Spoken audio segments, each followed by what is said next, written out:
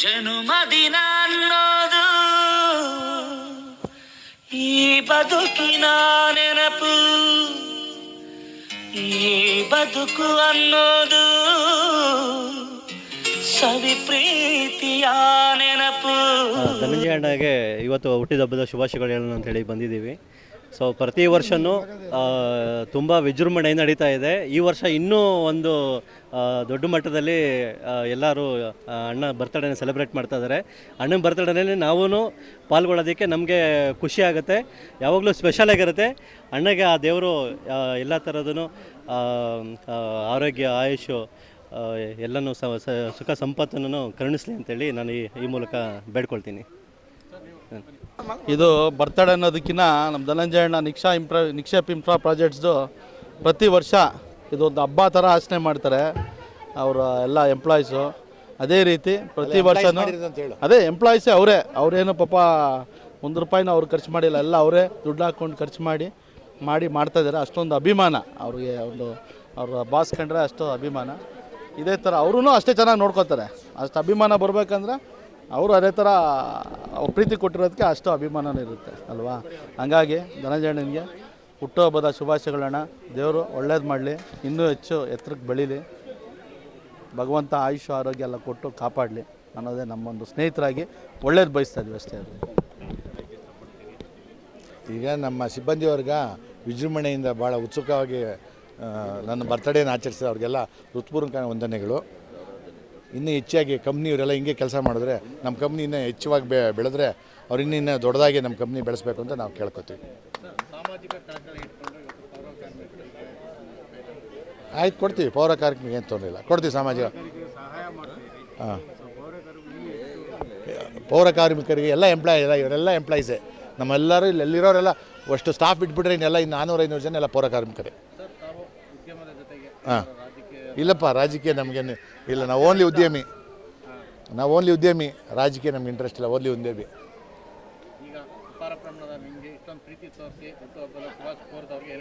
ಎಲ್ಲರಿಗೂ ಹೃತ್ಪೂರ್ವಕವಾಗಿ ನಾನು ವಂದನೆ ಹೇಳ್ತೀನಪ್ಪ ಎಲ್ಲರಿಗೂ.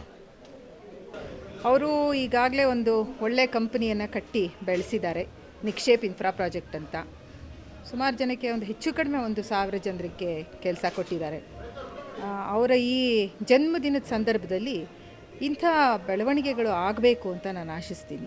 ಕಷ್ಟದಲ್ಲಿರೋರಿಗೆ, ಸಮಸ್ಯೆನಲ್ಲಿರೋರಿಗೆ ಸಾಕಷ್ಟು ಅನುಕೂಲನೂ ಮಾಡಿಕೊಡ್ತಾ ಇದ್ದಾರೆ. ಇದು ಅಭಿವೃದ್ಧಿ ಆಗಲಿ, ಈ ಸಂಸ್ಥೆ ಇನ್ನೂ ಬೆಳೀಲಿ, ಸಮಾಜಕ್ಕೆ ಇನ್ನೂ ದೊಡ್ಡ ಕೊಡುಗೆಯಾಗಿ ಬೆಳೀಲಿ ಅಂತ ನಾನು ಹಾರೈಸ್ತೀನಿ. ಇದು ಸುಮಾರು ವರ್ಷದಿಂದ ನಡೀತಾ ಬಂದಿದೆ. ಅದು ಏನು ತೋರಿಸುತ್ತೆ ಅಂತಂದರೆ ಅವರು ಹೇಗೆ ಇವರನ್ನು ಚೆನ್ನಾಗಿ ನಡೆಸ್ಕೊಳ್ತಾ ಇದ್ದಾರೆ ಅಂತ ಅನ್ನೋದನ್ನು ತೋರಿಸುತ್ತೆ.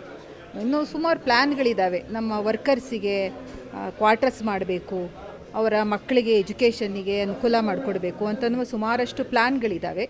ಅದಕ್ಕೆ ಸಂಬಂಧಪಟ್ಟ ಹಾಗೆ ನಾವು ಕ್ರಮ ಕೂಡ ತಗೊಳ್ತಾ ಇದ್ದೀವಿ. ಇನ್ನು ಕೆಲವು ವರ್ಷಗಳಲ್ಲಿ ಇದು ಸಾಧ್ಯ ಆಗುತ್ತೆ ಅಂತ ನಾನು ಭಾವಿಸ್ತೀನಿ. ಪೌರ ಕಾರ್ಮಿಕರಿಗೆಲ್ಲ ನಾನು ಧನ್ಯವಾದಗಳನ್ನು ಹೇಳ್ತೀನಿ. ಸಾಕಷ್ಟು ಕಂಪ್ನಿಗಳು ಕಟ್ಟಿದ್ರು ಕೂಡ ತನ್ನ ಎಂಪ್ಲಾಯೀಸ್ ಹತ್ರ ದುಡಿಮೆ ಮಾತ್ರ ಮಾಡಿಸ್ಕೊಳ್ತಾರೆ. ಎಂಪ್ಲಾಯಿಗೋಸ್ಕರ ಏನು ಕೆಲವು ಕಂಪ್ನಿಗಳು ಮಾಡಲ್ಲ, ಆ ಕೆಲಸ ಮಾಡ್ತಾ ಇರ್ತಾರೆ ತಮ್ಮ ಹಸ್ಬೆಂಡ್. ಅದಕ್ಕೆ ಏನಾದಕ್ಕೆ ಇಷ್ಟಪಡ್ತೀರಿ? ಮತ್ತು ಅವರ ಕೆಲಸ ಇನ್ನು ಮುಂದೆ ಯಾವ ಥರ ಇರುತ್ತೆ? ಅವರು ಕೆಲಸ ಸಾಕಷ್ಟು ಈಗಾಗಲೇ ಒಳ್ಳೆಯ ರೀತಿಯಲ್ಲಿ ಬೆಳವಣಿಗೆ ಆಗ್ತಾ ಇದೆ ಸರ್. ಅವ್ರಿಗೆ ಮಾರ್ಗದರ್ಶನ ಚೆನ್ನಾಗಿದೆ. ಡಾಕ್ಟರ್ ಅಶ್ವಥ್ ನಾರಾಯಣ್ ಸರ್ ಅವರಿದ್ದಾರೆ, ಸತೀಶ್ ಸರ್ ಅವರಿದ್ದಾರೆ, ಮತ್ತು ಇನ್ನೂ ಎಲ್ಲ ತುಂಬ ಜನ ಇದ್ದಾರೆ. ಅವ್ರ ಮಾರ್ಗದರ್ಶನದಲ್ಲಿ ನಡ್ಕೊಂಡು ಹೋಗ್ತಾ ಇರೋದ್ರಿಂದ ಇದು ಅಭಿವೃದ್ಧಿ ಕಾಣುತ್ತೆ ಅಂತ ನಾನು ಭಾವಿಸ್ತೀನಿ.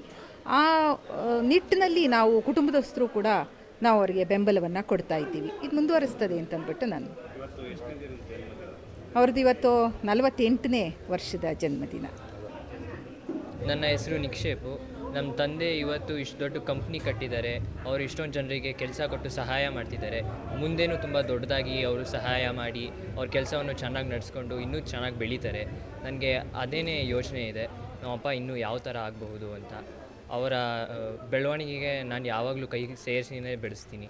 ಅದಕ್ಕೆ ನನಗೆ ತುಂಬ ಅವ್ರ ಬಗ್ಗೆ ಹೈಲಿ ಥಿಂಕ್ ಮಾಡ್ತೀನಿ ನಾನು. ಹುಟ್ಟುಹಬ್ಬದ ಶುಭಾಶಯಗಳು. Thank you.